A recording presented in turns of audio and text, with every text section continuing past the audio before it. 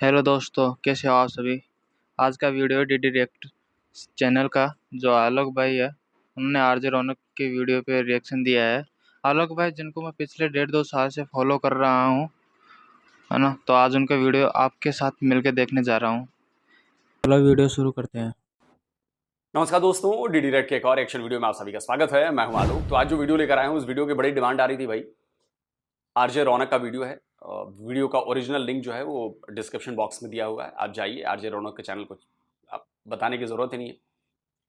तो इसका टाइटल है इंडिया का वर्ल्ड कप जीतने से जला पाकिस्तान।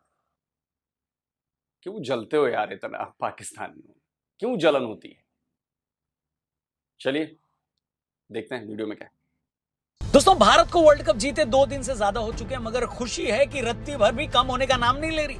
इनफैक्ट वर्ल्ड कप जीतने के अगले दिन जब मैं सुबह उठा तो पहले तो 10 सेकंड मुझे ये रियलाइज करने में लग गए कि भाई क्या कल सच में जीत गए थे। मैंने रात को कोई सपना तो नहीं देखा था। हालत ये है कि मैच हाइलाइट्स में भी जब मैं सूर्या को मिलर का कैच लेते हुए देखता हूं तो वैसे ही उछल पड़ता हूं जैसे लाइव मैच में उछला था। अर्शदीप ने 19वें ओवर में डॉट बॉल डाली थी तो मैंने मैच हाइलाइट्स में भी ताली बजा दी। जब से मैच खत्म हुआ है एक एक प्लेयर की इंस्टा स्टोरी चेक कर चुका हूं। दुनिया भर की मीडिया ने इस पर क्या बोला है वो सुन चुका हूं। मैच के बाद टीम इंडिया की सेलिब्रेशन को 20 बार देख चुका हूं और जब भी रोहित शर्मा को जमीन को चूमते हुए देखता हूं तो इमोशनल हो जाता हूं। जब भी द्रविड़ को हाथ में ट्रॉफी लेकर बच्चों की तरह चिल्लाते देखता हूं तो खुद के आंसू कंट्रोल नहीं कर पाता और हर बार दिल से ऊपर वाले के लिए थैंक यू निकलता है कि हे भगवान, तेरा लाख लाख शुक्रिया जो तूने हम क्रिकेट फैंस को ये दिन दिखाया।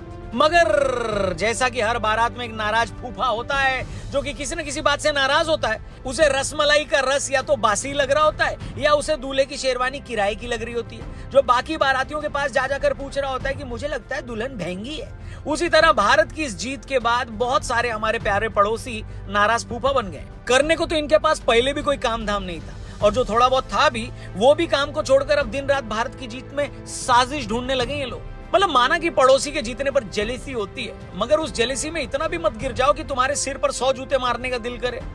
बात तो सही है।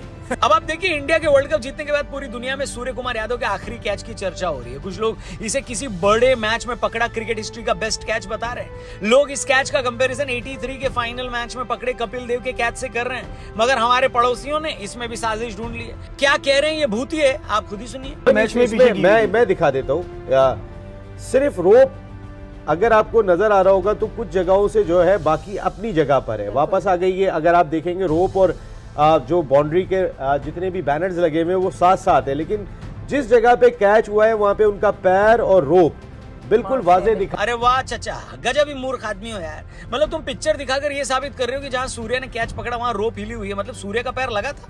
अरे अकल के दुश्मन, तुम्हें इतनी बात समझ में नहीं आती कि रोप हर जगह बराबर नहीं लगी होती, वो थोड़ा बहुत आगे पीछे भी लगी होती। और चमन भूती है, अगर रोप सूर्य के कैच लेने के टाइम हिली है तो हमें रिप्ले के टाइम क्यों नजर नहीं आ रही?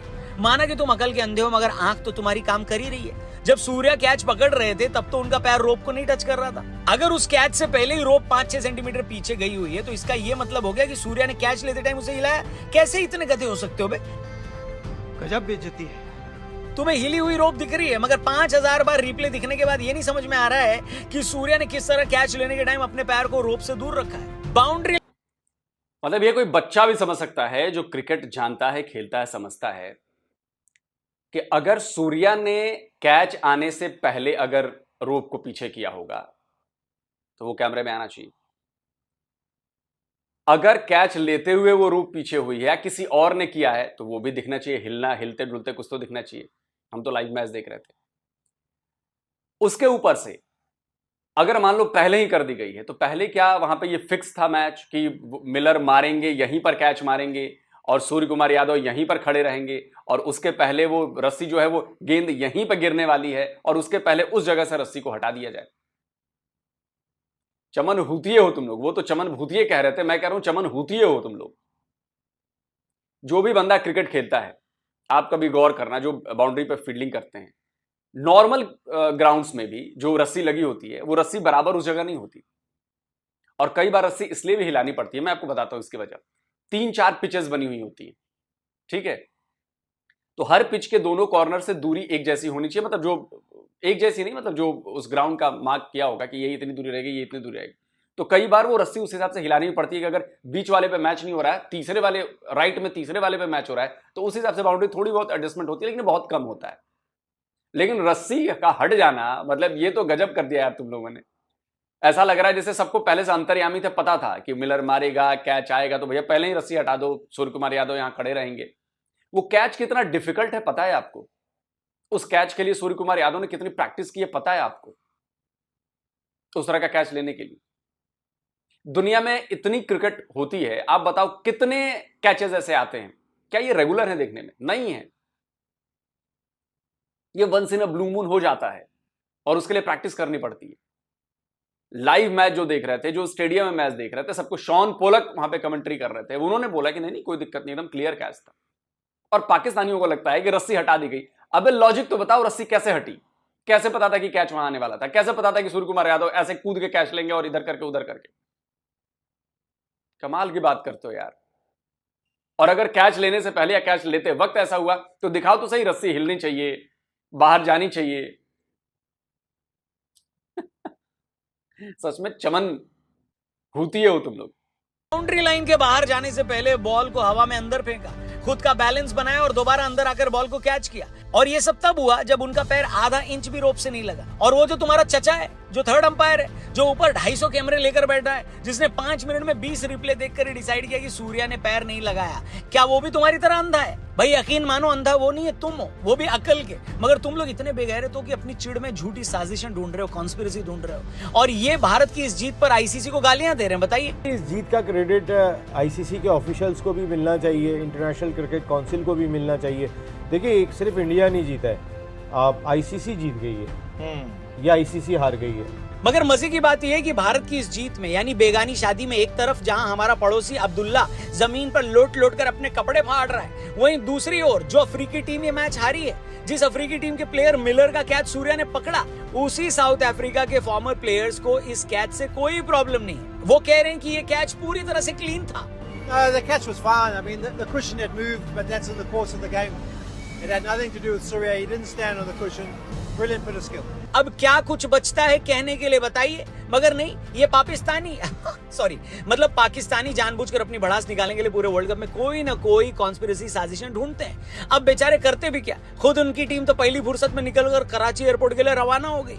करने के लिए कोई काम धाम बचा नहीं था, तो इन्हें लगा चलो भारत की जीत को बदनाम करते हैं। इसी तरह इंजी भाई और सलीम मलिक ने कुछ दिन पहले कहा था कि भारत के बॉलर्स रिवर्स स्विंग करवाने के लिए बॉल के साथ छेड़खानी कर रहे हैं। मतलब आप सोचिए कौन बोल रहा है ये बात? वो सलीम मलिक जो खुद सारी जिंदगी मैच फिक्सिंग करते रहे, वो इंजमाम जो विदेशी टूर पर जाकर लोगों को धर्म बदलवाते फिरते थे, और ये लोग हमें स्पोर्टिंग स्पिरिट पर, गेम के एथिक्स पर ज्ञान दे रहे हैं। ये तो ऐसा ही हो गया जैसे राहुल गांधी कल को परिवारवाद के नुकसान पर हमें ज्ञान देने लगे हैं। मैचेस कैच पकड़े जाते हैं, तो हम लोग ये डिस्कस कर रहे थे। अब सोशल मीडिया पे वो पिक्चर्स चल रही हैं कि जब यादव ने कैच पकड़ा तो रोब अपनी पोजीशन से 3-4 इंच पीछे हुई थी।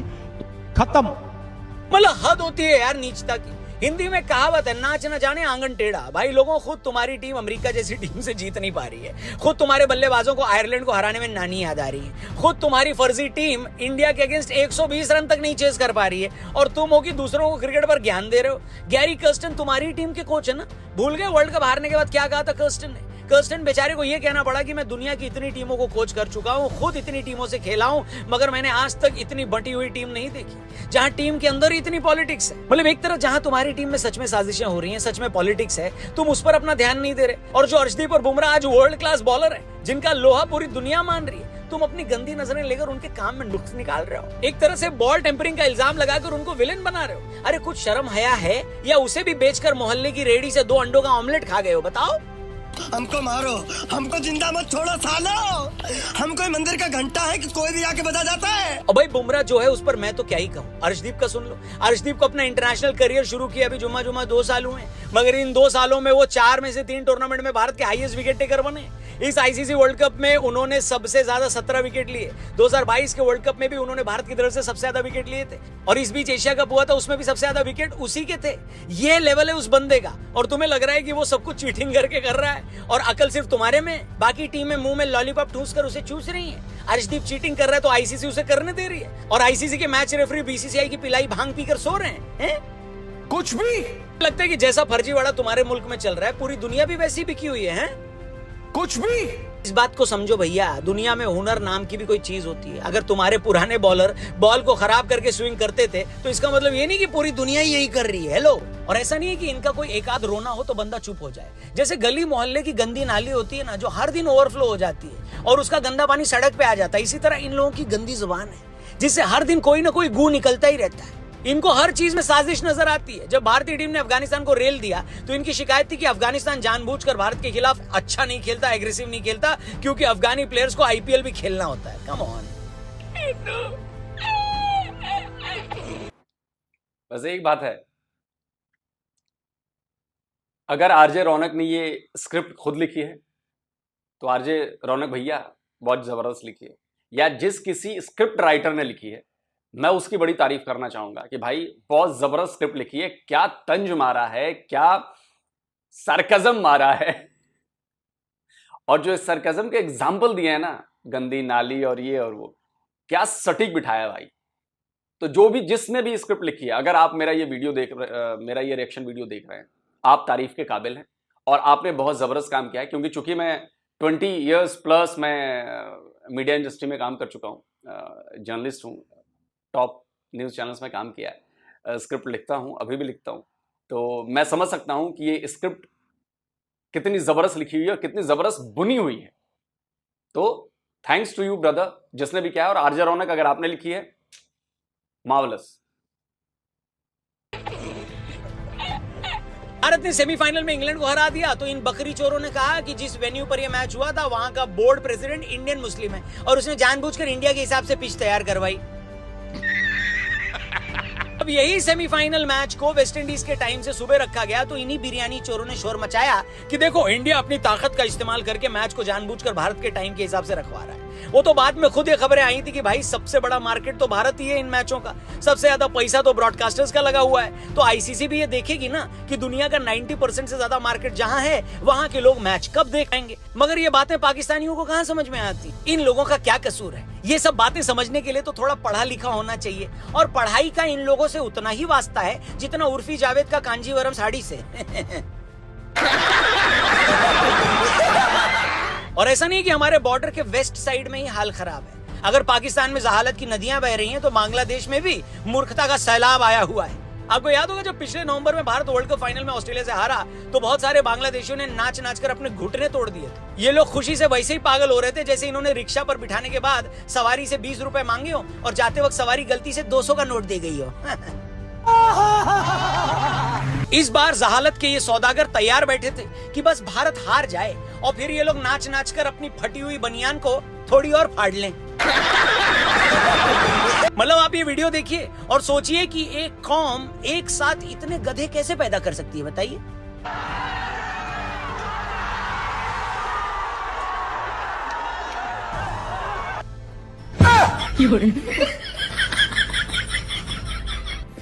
एकदम इन्होंने वक्त बदल दिया, जज्बात बदल दिए, जिंदगी बदल दी। ओ भाई मारो, मुझे मारो।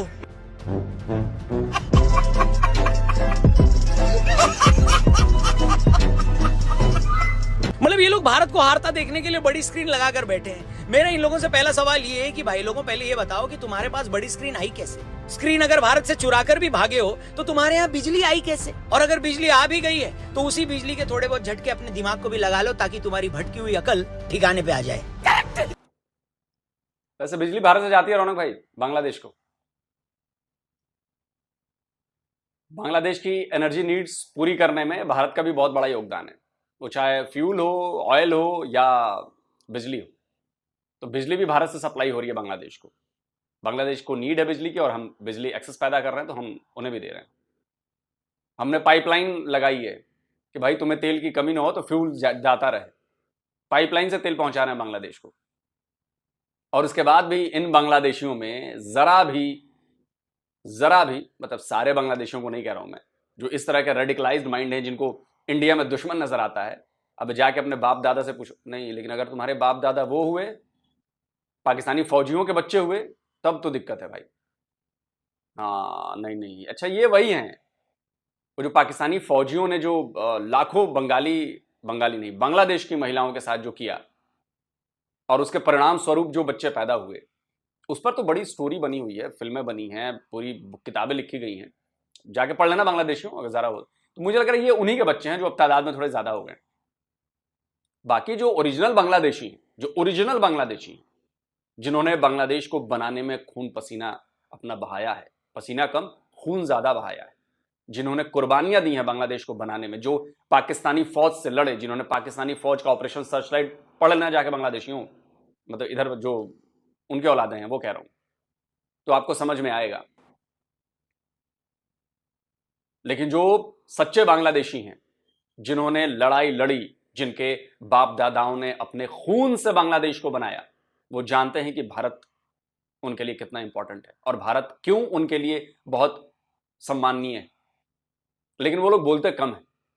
तो मैं कहूंगा कि भाइयों जरा बोलो और इन पाकिस्तानी फौजियों की औलादों को जरा चुप कराओ। सुनकर बुरा लग रहा होगा, पाकिस्तानी फौजियों के औलादों, सुनकर बुरा लग रहा होगा, लेकिन सच्चाई यही है। सच्चाई बड़ी कड़वी होती है। याद नहीं है याह्या खान ने क्या कहा था? याह्या खान ने कहा था ना,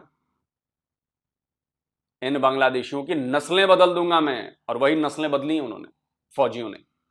जाके कंसंट्रेशन कैंप्स और फौजी कैंप्स की हकीकत पढ़ लेना, उसके बाद बात करेंगे। मतलब यार सच में इतने वेल्ले कैसे हो सकते हो? यहाँ भारत की टीम अगर हार जाए तो हम टीवी की तरफ झांकते नहीं है। हमारी अप्रोच ये होती है कि भाई जिसको जीतना है जीतो, जिसको हारना है हारो। और तुम मच्छी चोर ऐसे हो कि तुम्हारी क्रिकेट टीम पिछले 2500 साल से क्रिकेट खेल रही है, वो आज तक क्रिकेट खेलना सीख नहीं पाई। मैच तुमसे एक भी जीता नहीं जाता।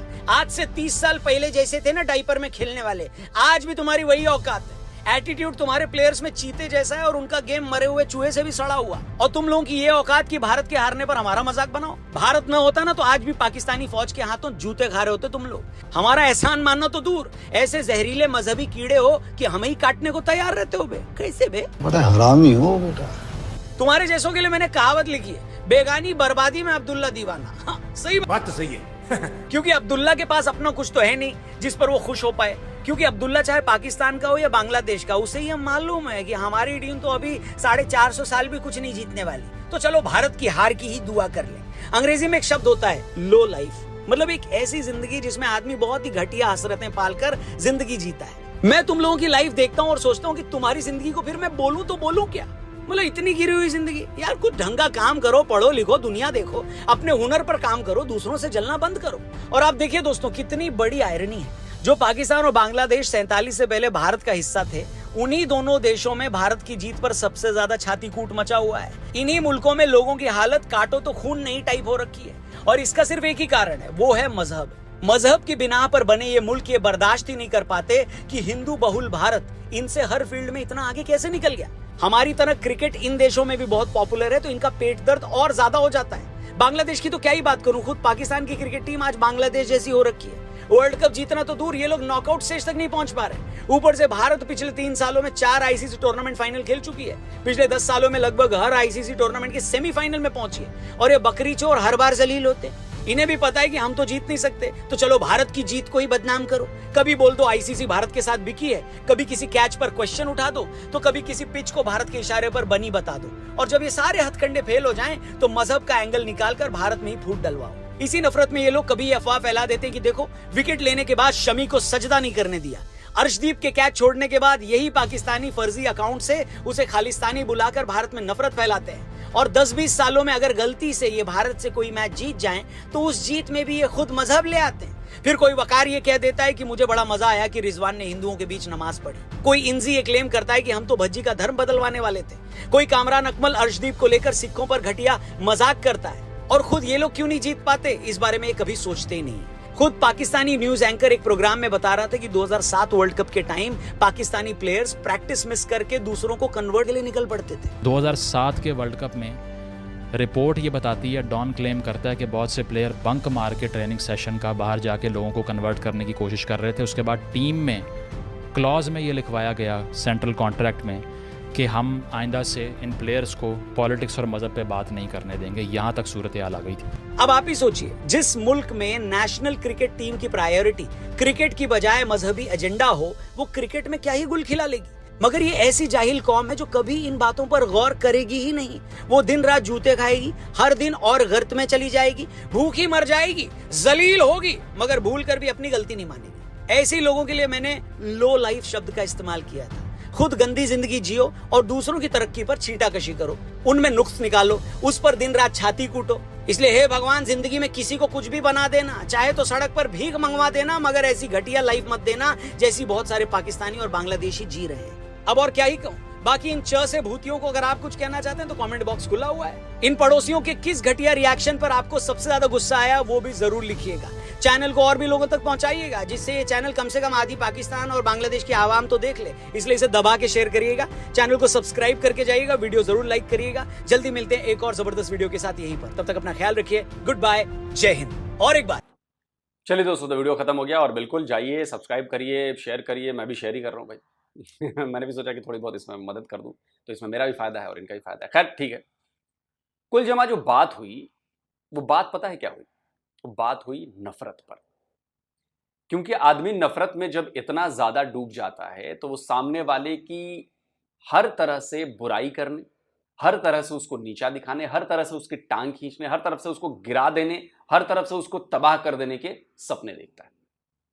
पाकिस्तानी ये बड़े लंबे समय से देख रहे हैं और अब कुछ बांग्लादेशियों ने भी देखना शुरू कर दिया। तो बांग्लादेशियों, पाकिस्तानियों को देख लो, 76 ईयर्स में हमसे दुश्मनी पालकर कहां आ गए हैं। आटे की लाइनों में लगे रहते हैं, $25-25 में बिक जाते हैं, सेल्फी खिंचवाते हैं तुम्हारे प्लेयर। और हमारे जो लड़के हैं ना, वो गेम खेलते हैं और ऐसे $25 लाख कमाते हैं। तो औकात में रहो, पजामे में रहो, पजामे से बाहर मत निकलो। और बांग्लादेशियों, एक शुभचिंतक होने के नाते तुमको सलाह दे रहा हूं, सुधर जाओ, वरना ओरिजिनली तो तुम पाकिस्तानी ही हो। तो अगर हम तुम्हारे खिलाफ पाकिस्तान की तरह करने लगे ना, तो उसके बाद एक छोटी पुठिया और छोटी वाली जो मछलियां होती हैं वो भी नहीं मिलेंगी खाने को, याद रखना। और जो सच्चे बांग्लादेशी हैं, जो पाकिस्तानी फौज की पैदाइश नहीं है, उन बांग्लादेशियों से मैं कहना चाहूंगा कि आप लोग थोड़ा मुखर होइए, लिखिए, पढ़िए, बोलिए। क्योंकि आप लोग भी कभी हमारे बंगाल का हिस्सा थे और उस समय भी बांग्लादेश कह रहा हूं, उस समय भी बंगाल जो हमारा था, ईस्ट हो या वेस्ट हो, वो दोनों कल्चर में, हेरिटेज में, क्या कहें उसको, इंटेलेक्ट में बहुत आगे थे, पढ़ाई लिखाई में बहुत आगे थे। तो थोड़ा बहुत शर्म कर लो अपने इतिहास का ही, थोड़ी बहुत हिस्ट्री कर लो, वरना पाकिस्तान बनना है तो बनो यार, कोई दिक्कत नहीं। फिर लाइनों में लगे रहो ना। इस बार तो हम घुसने भी नहीं देंगे इधर, हम धीरे धीरे बॉर्डर अपना टाइट कर रहे हैं, घुसने नहीं देंगे, मार मार के उधर ही छोड़ेंगे कि जाओ तुम अपने यहाँ रहो, जो करना है करो, ठीक है। और पाकिस्तान की तरह IMF के उसमें तुम घुस ही गए हो, IMF तुम्हें चूस लेगा, चिंता मत करो। कुल जमा पाकिस्तानियों से कहना चाहूंगा कि अरे पाकिस्तानियों, नफरत छोड़ो भाई, अपने देश पर ध्यान दो, अपने गेम पर ध्यान दो, पॉलिटिक्स पर ध्यान मत दो। हमें नीचा दिखाने के बजाय तुम ऊपर उठने की कोशिश करो, हमारी टांग खींचने की बजाय अपने टांगों पे चलने की कोशिश करो, तो तुम्हारा कुछ भला भी हो जाएगा। लेकिन जब तक वो रेडिकलाइज्ड माइंड है ना, मजहबी कीड़ा जो घुसा हुआ है तुम लोगों के अंदर, वो जब तक कीड़ा रहेगा, तुम लोगों का कुछ नहीं हो सकता, तबाह होते रहो। और भारतीय टीम के लिए कहूंगा कि देखिए, भारतीय टीम जीते हारे उससे कोई फर्क नहीं पड़ता हमें। हमारी टीम हमारी है, हारने पर हम उसका सपोर्ट और ज्यादा करेंगे, जीतने पर उसके साथ और खुशी मनाएंगे। आप कमेंट करके बताइए आपका क्या कहना है। जल्दी मिलता हूं एक और नए वीडियो के साथ। नमस्कार, जय हिंद। आलोक भाई, हमारा तो यही कहना है कि हमारे खिलाड़ियों की मेहनत कभी बेकार नहीं जाएगी, सीखने को मिलेगा हमेशा। कुछ गलती होगी तो उससे सीखेंगे और आगे बढ़ेंगे। यह है अपने देश की विचार। और इन बांग्लादेश पाकिस्तानियों का